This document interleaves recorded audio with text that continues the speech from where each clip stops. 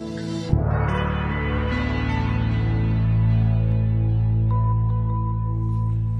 the previous episode, we looked at some basic animation techniques that should get you started. In this episode, we're looking at masking and some basic effects. So let's get started. Go ahead and open up the AE title sequence folder found on your desktop or wherever you've downloaded it to. Inside of this folder, you'll find the AE lessons folder. Go ahead and select it, then go ahead and open up lesson03.aep. What you'll find is that the first two scenes of our animation are fully completed. The only thing that we have to add to these two scenes is a basic drop shadow. This is going to be our first effect. To do this, I'd like you to select the Faucet Drops tab on the timeline panel. Then you'll notice that the Earth Pictures text is flat without a drop shadow. We're going to add a drop shadow by using an effect called drop shadow. First, I want to move my stage around so that I can see it a little bit better. In order to move your stage around, you can use the hand tool. The hand tool is found at the top of your toolbar, or it's the key command of H on your keyboard. Another way to access the hand tool is to click and hold the space bar. As long as you're holding the space bar, the hand tool is enabled, allowing you to move the composition within the composition panel. This is done by clicking the space bar, holding it, then clicking with your mouse to then grab that composition and move it around within the composition panel. Now that we've repositioned it so that the text is center or close to center in frame, what I'd like you to do is to add the drop shadow effect. Do this by selecting the text layer on your timeline, then moving your cursor to the Effects menu at the top of your screen. The Effects menu combines a bunch of different effects that are out there, and there are a lot. There's no time to teach you everything here, but I'll start with some basic ones. The simplest one that I think of is really a drop shadow, adding a little drop shadow behind text or other layers that might have transparency to them. We do this by going to the Perspective category. Notice that these things are categorized based on the type of effect that they are. Because drop shadows change the perspective of a given layer, it falls into the Perspective category.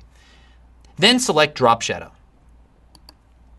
This will enable a drop shadow on the layer and also reveal the Effect Controls panel in the same place that your project panel was previously located.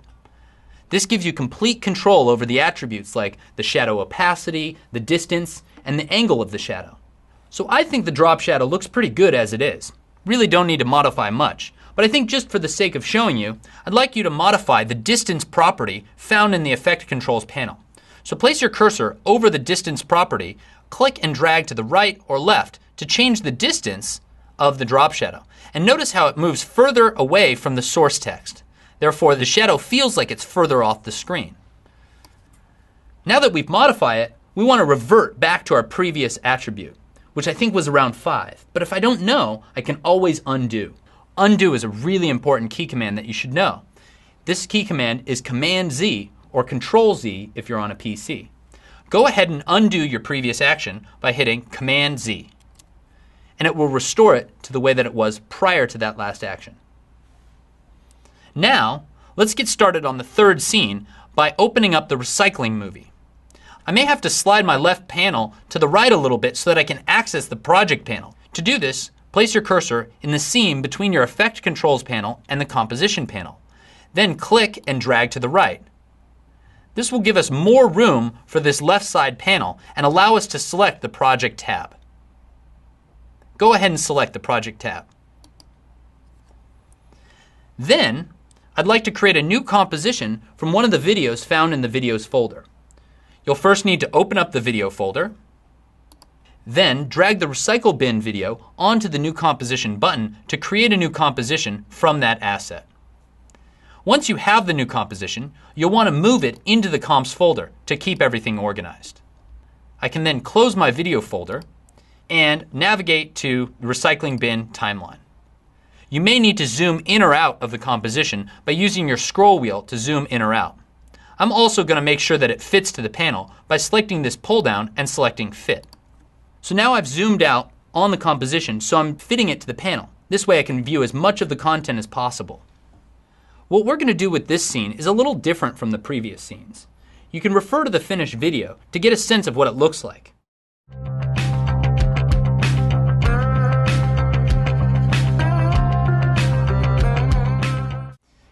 as you can see, it's been sliced up using masks, and certain segments of the video are being slid from right to left to reveal it almost like shades moving on a window. The first step is that we're going to need to add some masks to this layer to slice it up so that we create 4 segments of the layer. I'm going to use the Shape tool. So move your cursor to the toolbox and select the Rectangle tool. The Rectangle tool as well as the Pen tool function to do 2 things. If you have a layer selected, it creates a mask. If you don't have any layer selected, it creates a new shape layer, something that we're not going to look at in this video, but I encourage you to check out more. So then, with the Rectangle tool selected, move your cursor to the top right area of the composition. Click and drag down and to the left so that you're taking up the full area from top to bottom, but only taking up about 1/4 of the composition. This will create a mask, only allowing you to see this segment of the video. A mask is kind of like a cutout or a stencil, and it can function to do a lot of things in After Effects. Now that we have a mask created, what we'll need to do is switch to the Selection tool to modify the mask so that it's not a straight up and down mask. I want it on kind of an angle, which complements the composition of this video. So go ahead and switch to the Selection tool, then highlight the top 2 points on the mask. This is done by creating what's called a selection box around the points. You click, drag, and place this box so that it includes those 2 points but not the bottom 2 points. You can see that the top 2 points are filled in with a solid square, whereas the bottom 2 points are empty with a hollow square. This basically represents a selected point versus a deselected point, and allows me to modify these 2 top points by just simply grabbing the line of the mask and sliding it over to the right. Go ahead and do that so that you create an angle to the mask which complements the angle of the recycling bin. Now that we have this mask created, we're going to need to create a couple of other masks with that same angle. I think the quickest way to do this is not to create new masks each time, but instead to duplicate from the mask that we already have. So to access this mask, you'll do that on the timeline by clicking on Mask 1. Then you'll want to duplicate. The key command for duplicate is always the same, whether you're duplicating a layer or a property like a mask. It's Command D or Control D if you're on a PC. Go ahead and hit Command D right now to duplicate this mask. Now I have 2 masks, both parked right on top of each other. The second mask I want to slide over to the left. We can do this by selecting the mask on the composition and sliding it over to the left, or by using the arrow keys on my keyboard. The arrow keys will work great, but if I just use the arrow keys, they move very slowly from left or right. I'm using the left arrow key on my keyboard. I can add the Shift key as a modifier to make it move in 10 pixels at a time. So go ahead and hold Shift and use your left arrow key on your keyboard to slide this mask so that the right hand side of the second mask lines up pretty much with the left hand side of the first mask. That's about enough. A little bit of overlap is just fine. We're going to repeat this process for 2 more masks so that we take up the full screen area with 4 separate masks. So once again, select Mask 2, hit Command D to duplicate, then hold Shift and use your left arrow key to slide it to the left. One more time, Command D, then Shift with the arrow key to slide this layer all the way to the left. Now we want to make sure that this top left-hand corner of the composition isn't getting cut off. So what I'm going to do is actually just deselect by clicking outside of any mask. This will deselect all the masks and allow me to reselect specific points on the mask. This time I'm going to select the left-hand side of the 4th mask by just clicking on the line on the composition panel. And all I want to do is slide it a couple of extra pixels so that we deal with that top left-hand corner. Once again, hold Shift and use your left arrow key on your keyboard. And just 2 clicks is about enough to get it all the way across from right to left. And now this particular layer has been sliced with masks. It's all still one layer though. So we're going to need 4 copies of this layer so that each copy is treated as its own layer in the composition. This is a little bit tricky. We've done it all for 1 layer. Now we need to duplicate it 3 times. To do this, deselect the mask by clicking outside of the mask in the gray area. Then select the layer inside of your timeline. Hold Command and click the D key. This will do the same command as we did before with the mask, but with the layer as a whole, duplicating the mask as well as the layer content. We're going to click this 3 times. 1, 2, 3. Now we have 4 copies of the recycling layer with all 4 masks on each copy. We want to remove the masks so that each layer only has 1 mask. Obviously, layer 1 should have mask 1, layer 2 should have mask 2, and so on and so forth. So what I'm going to do is select mask 1 through mask 3 on the 4th layer. Then just simply hit the delete key on your keyboard. Now I've removed the first 3 masks for layer 4, and I'm only looking at mask 4 with layer 4. Now with layer 3, we want to remove everything but mask 3. Select layer 3 by clicking on it on your timeline. Then hit the M key. The M key on your keyboard will reveal all 4 masks. And we want to remove all the masks except for mask 3. We do this by selecting mask 4 and hitting the delete key on your keyboard. Then by selecting mask 2 and mask 1 together. If you want to make a selection with multiple items, it's as simple as holding the Shift key. So hold the Shift key and select mask 1 as well, and then hit delete. We've removed mask 1, 2, and 4 for layer 3. Now we'll repeat the steps for layer 2, but in this case, remove everything but mask 2. So hit the M key, remove masks 4 and 3, and then remove mask 1. And one more time. With layer 1, select the layer, hit the M key to reveal the masks, and remove all the masks except for layer 1. So now what I'd like to do is hide the mask attribute and reveal the position attribute for each layer. I can do this by selecting all of the layers in the composition. The key command for that is Command A, or Control A if you're on a PC. Go ahead and hit Command A now. And this selects all your layers. Then, by hitting the P key, you reveal the position attribute and hide the mask attribute. Moving forward, what I'd like to see happen is see each layer move from right to left. And so we're going to see the first layer move right to left, and then the second layer move from underneath that, third layer from underneath that. It's a little bit tricky. There's a process in this part where I'd like to work from backwards forwards, placing the second keyframe first. It's a little tricky, but I'm going to show you how to do it. Go ahead and advance your current time indicator 20 frames forward. Shift, page down, and that places me 20 frames down the timeline. Go ahead and place a new position keyframe on these layers. The shortcut for this is Alt plus whatever key reveals that particular attribute. So in this case, P is the key for position. If you're working on a Mac, it's Option P. If you're on a PC, it's Alt P. So go ahead and hit Option P to add a new position keyframe at 20 frames on the timeline. Notice that it does it for all 4 layers, and that's because all 4 layers are currently selected. Then let's jump to the beginning of the composition by hitting the Home key. So now that you're at the beginning of the composition, I'll want to slide all these layers to the right-hand side together.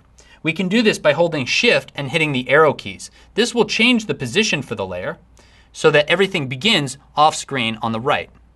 So go ahead and move these layers so that the first layer is on the right-hand side of the stage. Now this doesn't mean all of the layers have to be on the right-hand side. Each layer is going to move in one at a time. We're just preparing the keyframes at this point. Now what I'd like to do is stagger the timing so that each layer moves in one by one.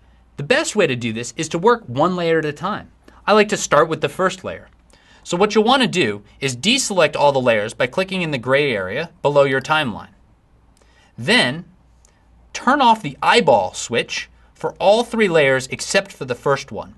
This switch allows you to show and hide specific layers. So now I'm only showing the very first layer.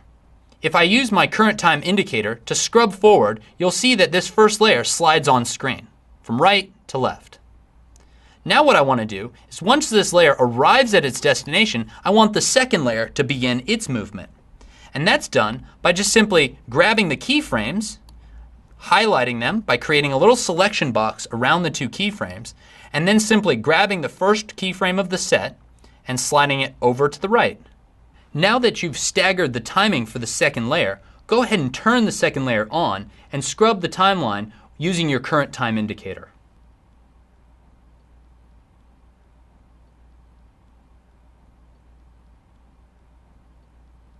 We'll repeat this step for the third and fourth layer so that each layer animates on individually.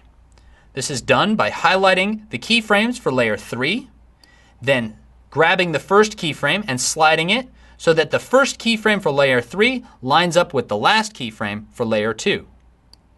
We'll do the same step for layer 4 since we know this is going to look about right. We can grab those keyframes, slide them over, and line up keyframe 1 for layer 4 with keyframe 2 for layer 3. Now if you want to be really precise about this, which I suggest you do, you might want to consider holding the shift key while sliding these keyframes around the timeline.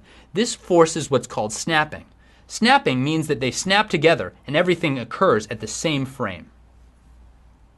So I'm going to go ahead and do that. Slide the layer and holding shift and you'll feel the layer snap so that that keyframe lines up specifically with the keyframe above. Now I'd like you to turn on layers 3 and 4 so that we see all 4 layers on the composition. Go ahead and click the eyeball now. So now that all 4 layers are enabled, we want to trim each layer so that layers 2, 3, and 4 don't begin until their movement occurs. This is done by trimming the beginning of each layer. And you can see that each layer has these little blocks. Well, if I put my cursor on the edge of that block, notice that my selection tool changes from the standard arrow to a double arrow. This allows me to click on that double arrow and then slide it left or right, therefore trimming the content so that we don't see the layer until this block begins. Once again, if I hold the shift key, it should snap to specific moments. So now I'd like you to repeat this step for layer 2. Place your cursor over the edge of that layer. When you see the double arrows, click, then drag to the right. Hold shift so that it snaps to the keyframes, and then lines up that layer so that it begins at the moment where the movement occurs. For layer 4, we're going to select the layer, then park on the first keyframe. You can do this by hitting the K key on your keyboard. Hit it enough times till you're parked on the first keyframe for the 4th layer. So instead of clicking and dragging with the mouse to trim this layer, we're going to use the keyboard shortcut, which is Option left bracket on a Mac or Alt left bracket on a PC. So go ahead and hold Option and hit left bracket, and it will trim this layer so that it begins at that moment in time. Let's go ahead and preview it and see what it looks like. You can do this by hitting the 0 key on your alphanumeric keypad.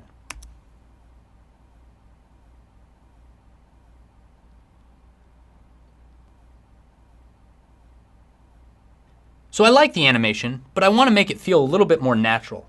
To do this, you might want to add easy ease out and easy ease in keyframes to the beginning and end of each layer. I've shown you how to do this, but I'm going to just repeat this step one more time. You can click on the keyframe, right click, and tell it to be an easy ease out keyframe for the first keyframe. Then the ending keyframe can be turned into an easy ease in keyframe. You can go ahead and repeat this step for the following 3 layers. And as you can see, I'm holding the shift key on my keyboard to select multiple keyframes at once. So let's check it out.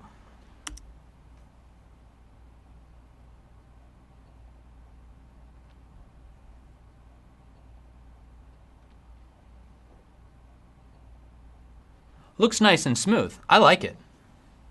So I'm going to stop it with the space bar and then begin animating the text. Text on this particular composition should move in from above the screen, similar to the way that it happened in the previous scene, but instead of moving from the bottom, it's going to move from above. The quickest way to import some text in this case is not to create it from scratch, but to duplicate it from another composition. So I'd like you to click on the light bulb tab on your timeline area and click on the text layer and hit Command C or Control C if you're on a PC to copy the text. Then click on the Recycle Bin tab and hit Command V to paste the text layer into this current composition.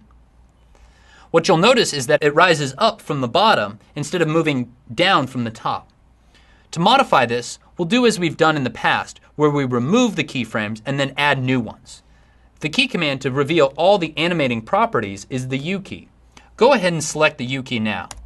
This reveals position, which is the attribute we'd like to modify.